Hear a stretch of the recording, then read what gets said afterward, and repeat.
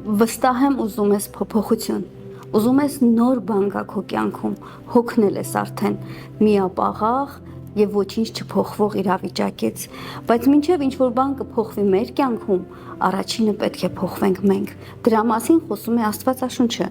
Եփեսացիս 4:21-ում ասում է. հանեք ձեր վրայից հին ընթացքն ունեցող մարդուն,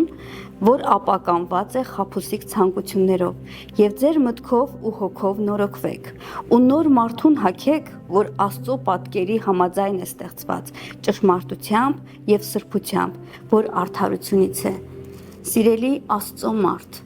մինչև մենք չնորոգվենք մեր մտքով եւ հոգով, մեր կյանքում ոչինչ չի փոխվի, համենայն դեպս դեպի բարին չի փոխվի, դեպի Աստծո կամքը չի փոխվի։ Դրա համար անհրաժեշտ է, որպեսզի մենք նորոգվենք մտքով եւ հոգով, գնանք դեպի սրբությունը, այն սխալները, որ արել ենք առաջ, դադարենք անել։ Այն հին մարդու գնացքը, այսպես է ասում Աստվածաշունչը, պետք է փոխվի, այլևս պետք է չստենք, պետք է փորձենք հնարավորինս մաքուր եւ սուրբ ապրել Տիրոջ առաջին, ինչքանով որ կարող ենք։ Աստված գիտի, որ մենք հող ենք եւ կատարյալ չենք կարող լինել,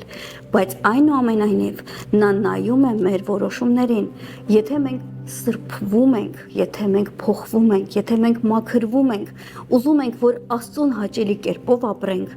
ապա մեր կյանքում փոխվում է ամեն բան եւ մենք սկսում ենք տեսնել Տիրոջ առատությունը, լիությունը, խաղաղությունը, ուրախությունը մեր կյանքում, բայց այդ ամենը սկսվում է մեր ընտրությունից։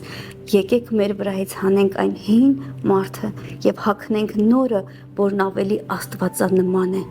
Աստված օրհնի քեզ, սիրելիս։